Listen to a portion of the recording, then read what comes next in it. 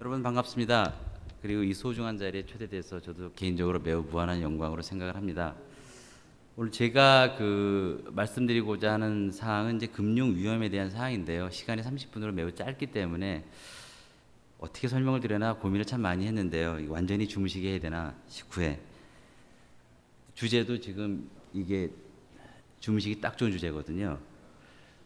그런데 이제 여러 고민을 하다가 통상 흔하게 얘기하는 어떤 금융 위험에 대한 말씀도 좀 드리긴 하겠습니다만은 우리가 잠시 간과하고 있었던 금융과 관련돼서 즉 우리가 하루하루 영업을 하면서 지켜야 하고 또 생각해야 하는 그런 부분에 대해서 조금 요약을 해서 시간 맞춰서 말씀드리도록 하겠습니다. 끝 부분에는 이제 Q&A 세션도 있으니까요. 그때 다른 세부 사항 궁금하신 사항 있으시면 같이 말씀 나눠도 되고요.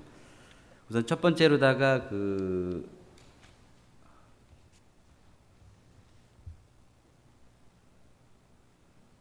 화면이 안 나오는데, 네, 나옵니다. 제가 말씀드릴 것은 이제 금융 환경 변화와 이제 금융 위험이라는 것에 대해서, 그리고 이제 금융 위험의 어떤 대응 방안, 그리고 이제 조금 금융 위험과는 제목적으로 보면 좀 동떨어져 있을 수 있겠지만 또 재무 보고 위험과 내부 통제라는 것에 대해서 이제 말씀드리려고 하는데요. 매우 구태의연한 어떤 단어 드릴 수 있습니다. 하지만 과연 이런 시장에서 흔히 나오게 되는 이런 단어들 자체가 중견기업이 제시하는 메시지가 무엇이 있을까? 이 부분을 한번 좀 생각을 했고요. 또 많은 고민을 해서 몇 자 정리해 봤습니다. 먼저 세계 금융시장이라는 것에 대해서, 변화에 대해서, 그리고 그 다음은 국내에 대해서, 그 다음에 금융 위험의 유형에 대해서, 즉 중견기업이 생각해야 되는 금융 위험, 정말로 진정한 금융 위험이 무엇인지에 대해서 정리를 했는데요. 먼저 세계 금융시장의 변화를 간단하게 이제 요약을 해보면 요즘 시중에 나오는 어떤 여러 가지 말들은 과거 2008년도 위기로부터 많이 극복을 하고 있다. 하지만 비전통적인 어떤 경제 정책을 통해서 이루어진 상황이고 또 그런 부분에 있어서는 스틸 많은 취약점이 존재한다라는 그런 메시지를 전달을 하고 있습니다. 겉보기에는 일반적인 어떤 경제 정책으로 환원이 되고 통화 정책이 정상화되면서 겉보기에는 매우 긍정적인 메시지를 담고 있다라고 말할 수가 있겠는데요. 인과관계를 간단하게 짚어보면 약간의 어떤 간단한 메시지를 하나 얻을 수 있겠는데, 첫 번째는 리만으로 시작된 2008년도 유럽이 무너지게 된 그런 사건이 있었을 때에 선진국의 어떤 경제 지표가 하락을 하고 생산력이 부진이 되면서 결국 대외 의존도가 높은 이제 저희 같은 나라에는 굉장히 많은 악영향을 미쳤던 게 사실이고요. 그럼 지금 회복된 이 시점에서 보면, 이 시점에서의 어떤 인과관계를 놓고 보면 선진국의 경제가 회복이 되고 실업률이 감소가 됐지만 그 절차상 방법이라는 것 자체가 퀀티티 이즈의 어떤 테이퍼링이라든가 또 유동성 축소라든가 자금의 이동이라든가 즉 비정형적인 방법으로 이루어지기 때문에 결국 충격, 즉 중견기업 포함해서 모든 국내 기업이 당면하고 있는 그런 환경 속에서의 어떤 충격을 놓고 보면 새로운 유동성 위험이 출현을 하고 또 신흥국의 수지가 악화되고 금융의 비일관성이 존재한다라고 하는, 다시 말해서 글로벌 금융시장의 변동성이 확대된다는 측면에서 보면 별반 그렇게 달라진 건 없다라는 메시지를 얻을 수가 있습니다. 즉 겉으로는 거시적으로는 글로벌 시장이 회복이 되고 있다, 또 우리나라가 잘 대응하고 있다라고 얘기를 하지만 그 밑에서 하루하루 영업을 하는 저희 기업들 입장에서 보면 아직 크게 달라진 건 없다라는 결론입니다. 우리나라를 한번 돌아보면 그래프에서 이제 현란하게 오르막내리막 하고 있습니다. GDP가.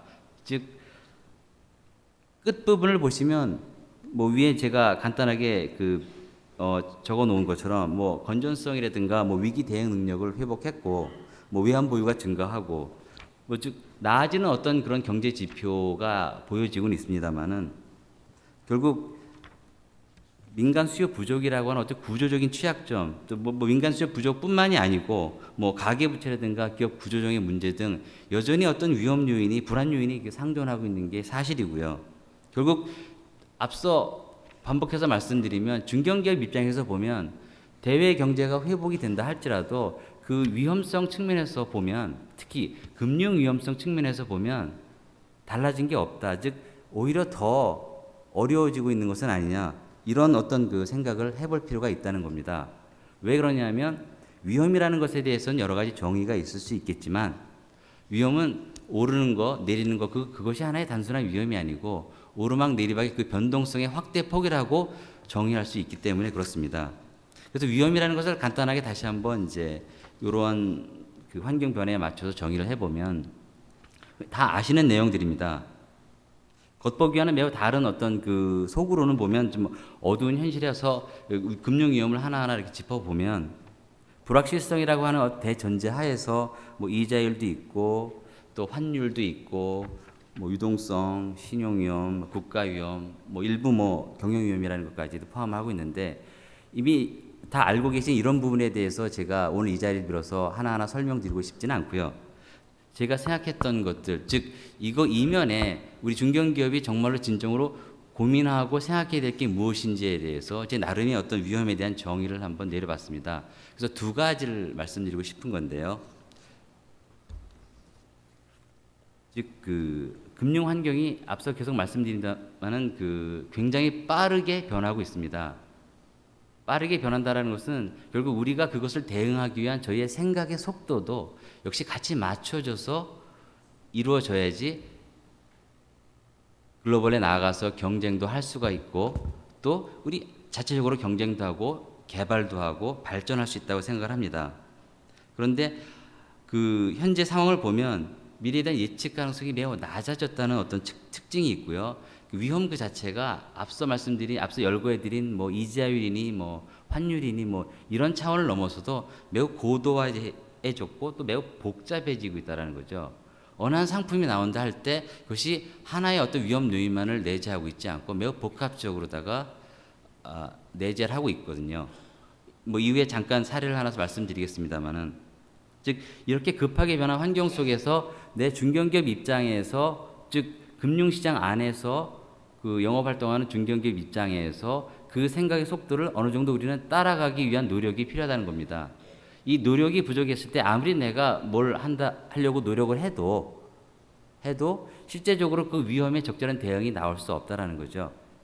오히려 저는 이자율이니 환율이니 이런 얘기를 하기보다는 이 시장이 변해가는 속도에 맞춰서 우리 나름대로 스스로 금융이라는 것에 대해서 금융이 갖는 위험성이라는 것에 대해서 저희의 생각도 계속해서 발전하고 따라가줘야 된다는 걸 말씀드리고 싶고요. 첫 번째로다. 두 번째는 금융위험관리 전략인데요. 뭐 거창하게 제가 전략이라는 표현을 쓰긴 했습니다만은 제가 말씀드리고 하는 하나의 요지라고 하면 금융과 관련돼서 발생하는 그 위험 요인 그 자체는 우리가 매일매일 수행하는 제조나 영업활동과 항상 연계되어서 그 영업활동과 뭐 제조활동 등 그런 활동의 의사결정에 충분하게 반영이 돼야 된다는 거거든요. 그러기 위해서 저희는 위험도 측정을 해야 하고 또 위험의 정도도 판단해야 할 것인데요.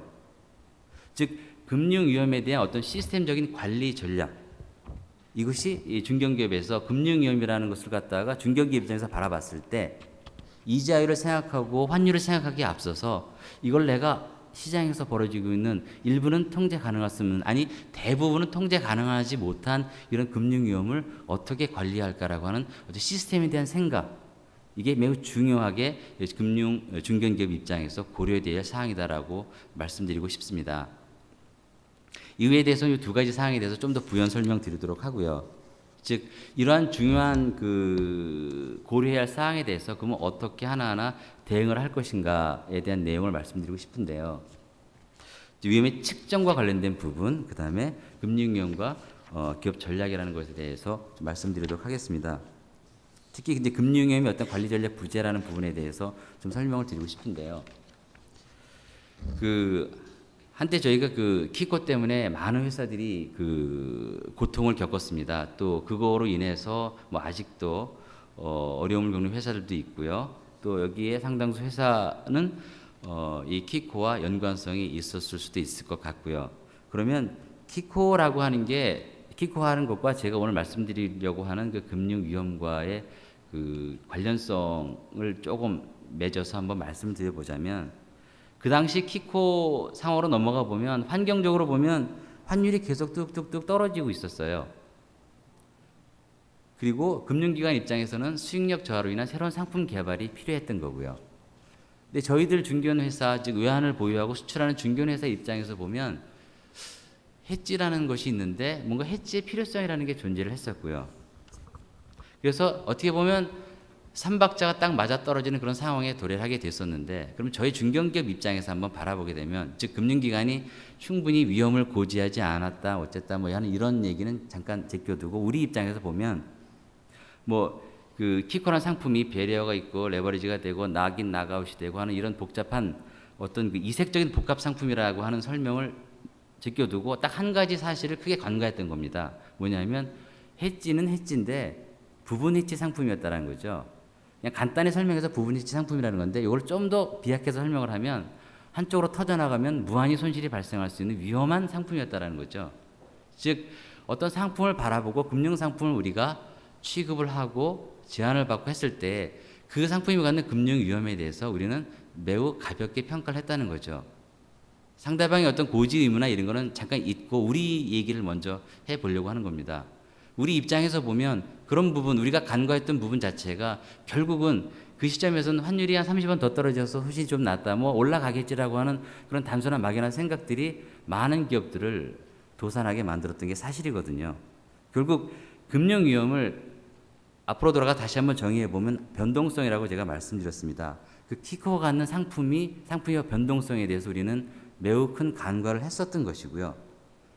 그 다음에 측정하지 않았다는 겁니다. 결국 측정하지 않으면 관리될 수 없습니다. 그건 모든 금융위험뿐만이 아니라 모든 다른 사항들이 마찬가지라고 생각합니다.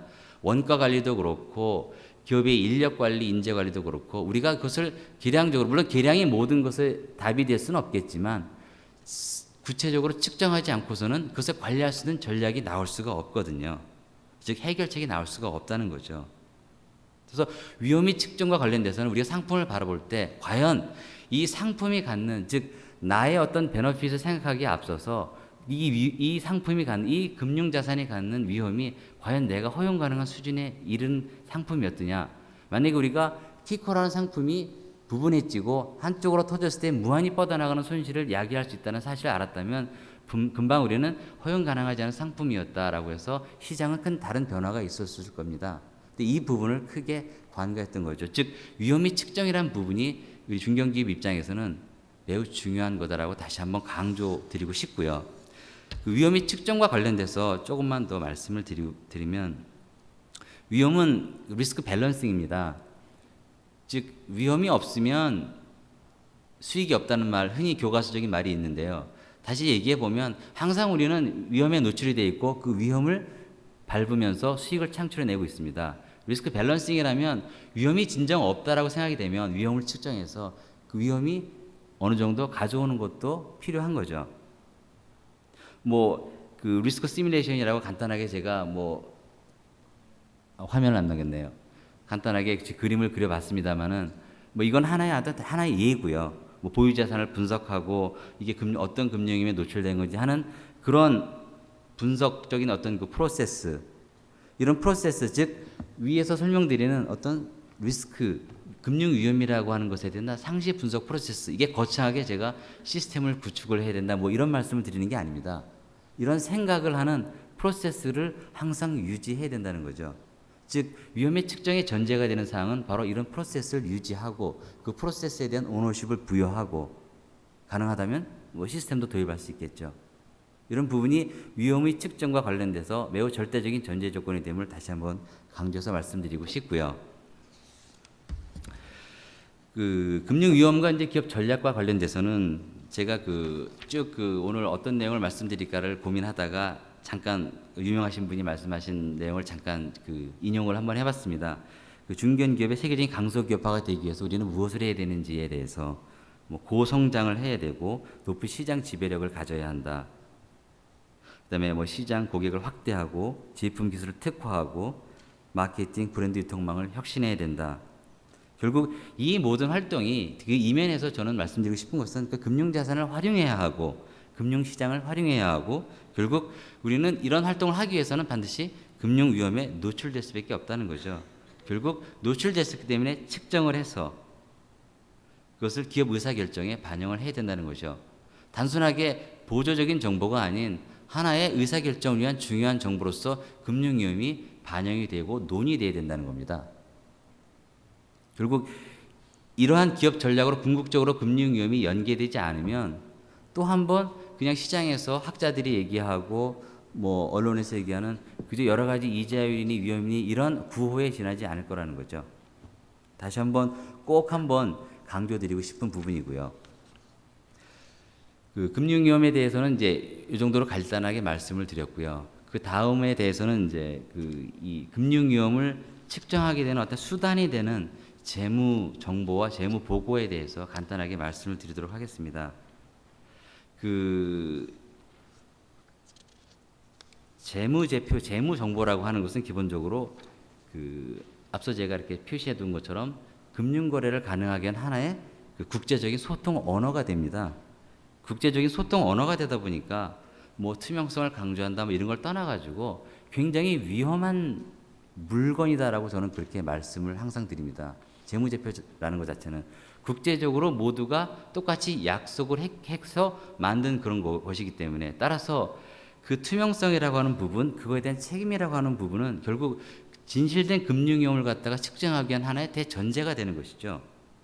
그런데 이제 그 많은 어떤 중견기업 제가 그 관여하기도 하고 또 듣기도 하고 또 뭐 컨설팅도 해주고 했던 기업들의 여러 실패 사례를 보게 되면 그런 재무제표, 재무정보, 즉 금융위험을 측정을 하고 기업 의사결정에 반영하기 위해서 가장 기초적인 자료로 활용되는 재무정보의 작성 원칙과 관련돼서 매우 의사결정 지지하는 뼈대와 토양이 됨에도 불구하고 원칙과 신뢰에서는 굉장히 약한 낮은 생각을 갖고 있다는 거죠.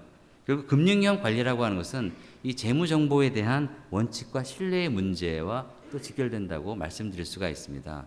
얼마나 내 스스로 우리 기업 스스로 이 재무정보에 대해서 확신을 갖고 그다음에 원칙을 존중함에 따라서 내가 측정한 금융 위험이 적절하게 의사결정에 반영이 돼서 기업의 성장을 도모할 수 있는지에 대해 하게 되는 큰 관건이 된다는 것이죠. 그다음 마지막으로 제가 이제 드리고 싶은 얘기는 어찌 보면 앞서 제가 말씀드린 내용을 다 잊어버리시고 이거 하나만 기억하셔도 될 수 있는 건데요. 금융위험과 내부통제입니다. 내부통제라는 것은 뭐 내부통제죠. 사전적인 의미로 생각을 해보면 뭐 위험을 최소화하기 위한 어떤 제도적인 절차나 뭐 장치라고 이렇게 얘기를 하고 뭐 공식화된 절차, 뭐 조직 활동이 조직 목표에 부합하도록 하기 위한 뭐 그런 것이다. 뭐 교과서에 나오는 얘기 잠깐 적었습니다만은 저는 내부 통제를 이렇게 정의합니다. 인간이 하고 싶어하는 것을 못하게 하는 그 어떤 것이라고 합니다. 하고 싶어하는 것을 함으로 인해서는 즉 원칙을 무시하고 하고 싶은 것을 함으로 인해서 즉 문제가 발생을 했었고 또 그 문제로 인해서 기업은 많은 어려움을 겪게 되는 거죠. 지금 인터넷이든 아니면 일간지든 신문을 보면 하루가 멀다 하고 나오는 문제들이 바로 내부 통제의 문제입니다. 뭐 안타까운 현실입니다만은 세월호 사건도 이거를 우리 입장에서 보면 하나의 내부 통제적인 이슈가 매우 컸던 거죠. 하지 말아야 할 것을 못하게 하는 것. 인간의 이기심이 발동이 돼서 하고 싶은 것들, 즉 원칙을 뛰어넘어서 하고 싶은 것들을 못하게 하는 것이 내부 통제인데 이것을 금융위험과 관련돼서 간단하게 설명을 드리면 금융위험이라는 것도 통상 발생하는 것들, 즉 뭘 더 투자를 하겠다, 이 자금을 써서 뭘 하겠다, 어떻게 하겠다는 그런 의사결정, 즉 하고자 하는 것에 대해서 금융위험과 관련된 내부 통제가 제대로 정립되어 있지 않다 그러면 그리고 금융의 측정이라든가 금융위험의 전략적인 연계, 영업활동과의 연계라고 하는 것은 아무짝에도 쓸모없는 게 됩니다. 금융위험을 측정하고 관리하기 위한 즉 글로벌 전문기업으로 도약하기 위한 대전제 조건이 바로 이 내부 통제고요. 즉 금융위험을 측정하기 위한 내부 통제, 그 다음에 의사결정에 반영하기 위한 내부 통제, 매일매일 관리하고 감독하고 또 그 오너십을 부여하는 이 내부 통제, 이것이 결국 금융 위험을 측정하고 반영해서 글로벌 중견기업으로 나갈 수 있는 하나의 큰 관건이 된다라고 마지막으로 말씀드리고 싶습니다. 이상 제가 그 준비한 내용을 다 말씀드렸고요. 본건 관련돼 가지고 궁금하신 사항 있으시면 뭐 아무거나 좋습니다. 예, 질문 주시면 답하도록 하겠습니다. 네, 질문하고 싶으신 분들 손을 들어주시면요, 저희가 마이크를 전달해 드리겠습니다.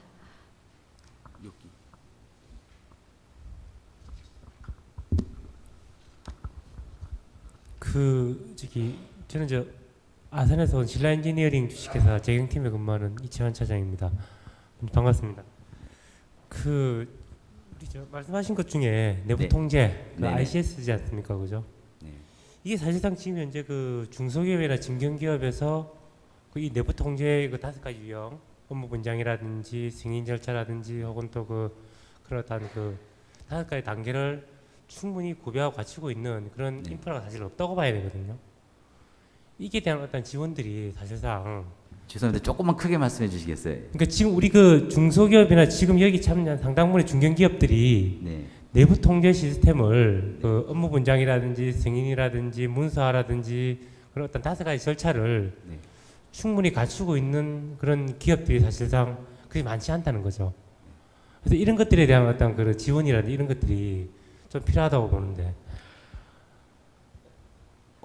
제가 말씀드리니까 이제 크게 2가지 이제 있어야 할 것은 있어야 하고 이걸 어떻게 지원을 해줄 거냐라는 문제에 대해서 말씀을 주신 거죠. 그렇죠. 예. 예.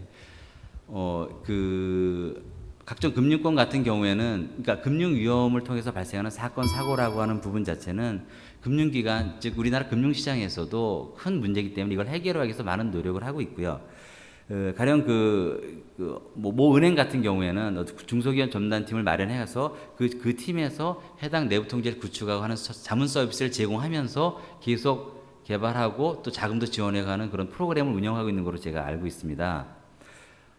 이게 답이 됐는지 모르겠습니다만은 어떻게 지원할지 문제에 있어서는 다양한 방법이 있다고 생각되는데 일단 실망스러운 대답일지 모르겠습니다만은 하기가 어렵다라고 하는 생각 자체는 되게 위험한 생각이라고 저는 생각을 해요. 왜냐하면 커 나가는 회사 입장에서 일단 크고 보자라고 하는 생각 자체는 굉장히 위험한 생각이고요. 결국 작은 회사일 때부터 강소형 회사일 때부터 그 내용은 준비해야 된다라고 하는 것은 하나의 절대적인 과제라고 생각을 하시고요. 그다음에 어떻게 지원할지의 문제는 금융기관들도 스스로 이런 부분에 대해서는 많은 고민을 하고 있고 또 저희 여기에서도 또 고민하고 있는 부분이 있다고 저는 알고 있거든요. 그래서 그렇게 협의를 해 가시면 되지 않을까 생각이 듭니다. 거듭 말씀드립니다만은 갖춰지지 않습니다는 답이 아니고요. 갖춰줘야지 결국 이 금융위험을 회피할 수 있고 키코와 같은 그런 사태를 갖다 저희가 맞이하지 않을 수 있는 거죠. 아무리 그때 저는 키코 얘기를 다시 해보면 아무리 그때 금융기관이 와가지고 이 위험은 부분해지니까 반대쪽으로 나가면 더 큰 손실을 얻을 수 있습니다. 이렇게 아무리 설명을 그때 했더라도 그때의 사태는 터졌을 거라고 생각을 합니다. 그걸 제대로 이해할 수 없었고 그것이 위험이라는 사실을 갖다가 충분히 인지하지 못했기 때문에 즉 우리의 어떤 귀책 사유에 대해서 다시 한번 생각해 볼 필요가 있다는 거죠. 그런 의미에서 내부 통제라고 하는 부분은 매우 절제적으로 우리가 생각해야 될 부분이다라고 말씀드리고 싶습니다. 네, 또 한 분께 질문의 기회를 드리겠습니다. 질문 있으신 분은 손을 들어주시면 마이크를 전달해 드리겠습니다.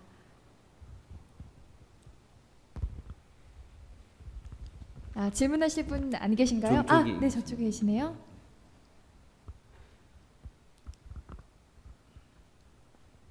네, 안녕하십니까. 노모바이오에서 나왔습니다. 지금 금융 리스크에 대해서 이제 언급을 해주셨는데 그 범주를 좁힌다고 하면 이제 환위험 리스크가 있겠습니다. 더군다나 지금 글로벌 전문 호기업 이런 포럼에 대해서 이제 수출을 이제 주로 하게 되는 업체에 있어서는 환 리스크가 상당히 중요한 문제인데요.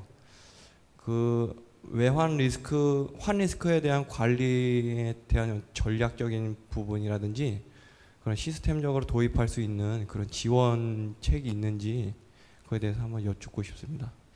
그때 환 리스크와 관련돼서 이제 얘기를 하다 보면 저는 항상 이런 얘기를 합니다. 우리가 환에 대해서 리스크가 있다고 판단했을 때 무슨 리스크가 있을까라고 하는 것을 먼저 한번 생각을 해보자라고 얘기를 하는데요.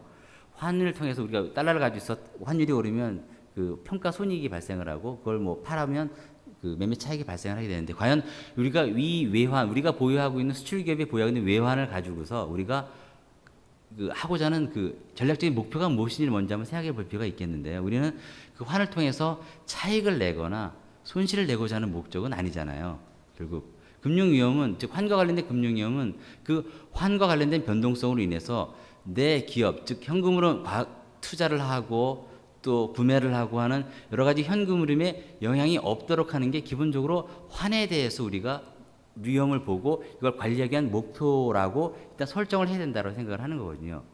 그러면 그 관리 전략은 뭐 다양하게 나올 수 있습니다. 뭐 선도 계약도 하고 여러 가지 파생 상품이 있겠습니다만은 일단 측정을 하는 부분에 있어서는 이 환과 관련돼서 내 미래의 전략, 즉 미래에 내가 무엇을 하고 있는데 얼마의 돈이 필요하고 그 다음에 또 얼마의 뭐 차입을 할 수도 있겠고요. 또 미래에 이만큼 수출해 가지고 얼마만큼 돈을 얻을 수 있겠는지에 대한 그런 기본적인 그 미래에 대한 어떤 그 영업 방향과 방향성과 그 다음에 지금 내가 손에 갖고 있는 환율과 앞으로 들어오게 될 어떤 환율과 즉 그 목적을 같이 연결시켜 가지고서 환 위험을 바라보고 그다음에 측정을 하고 그 관리를 해야 된다라고 생각을 하고요. 그 제도적으로 어떻게 할 수 있는지 부분은 제가 이 자리에서 말씀드리기가 조금 어려운 부분이긴 한데요.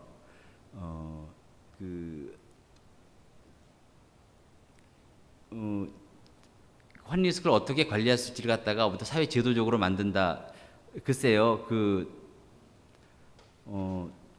그거는 제도적으로 만들 수 있는 부분이라기보다는 우리 스스로 대응하고 관리해 나가야 되는 부분이 아닌가라고 생각이 드는데요.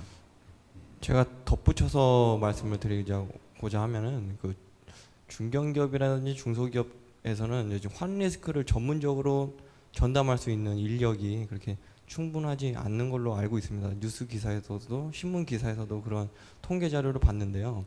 단순히 이제 컨설팅을 받게 되면 어떠한 금융 환 해지를 위한 금융 상품에 대한 소개뿐만 아니라 이제 그 내부적으로 기업 내부적으로 어떤 전문가가 육성할 수 있게끔 그런 지원책을 좀 바라고는 있습니다. 예, 뭐 실제 그렇게 외부 컨설팅을 통해 가지고서 그 환 위험이라든가 금융위험 관리를 위한 어떤 그 프로세스를 만드는 사례가 있고요. 뭐 그것도 하나의 좋은 방법이긴 합니다만은 그건 각각의 중견기업의 어떤 사정에 좀 따라 좀 차이는 있을 수 있다는 생각이 들고요. 뭐 앞선 질문하고 연계시키면 결국 그런 프로세스를 만들고 하는 것 자체가 결국 내부 통제, 즉 금융위험을 측정하는 내부 통제 중요한 한 부분이다라고 이해를 해주시면 될 것 같습니다. 감사합니다.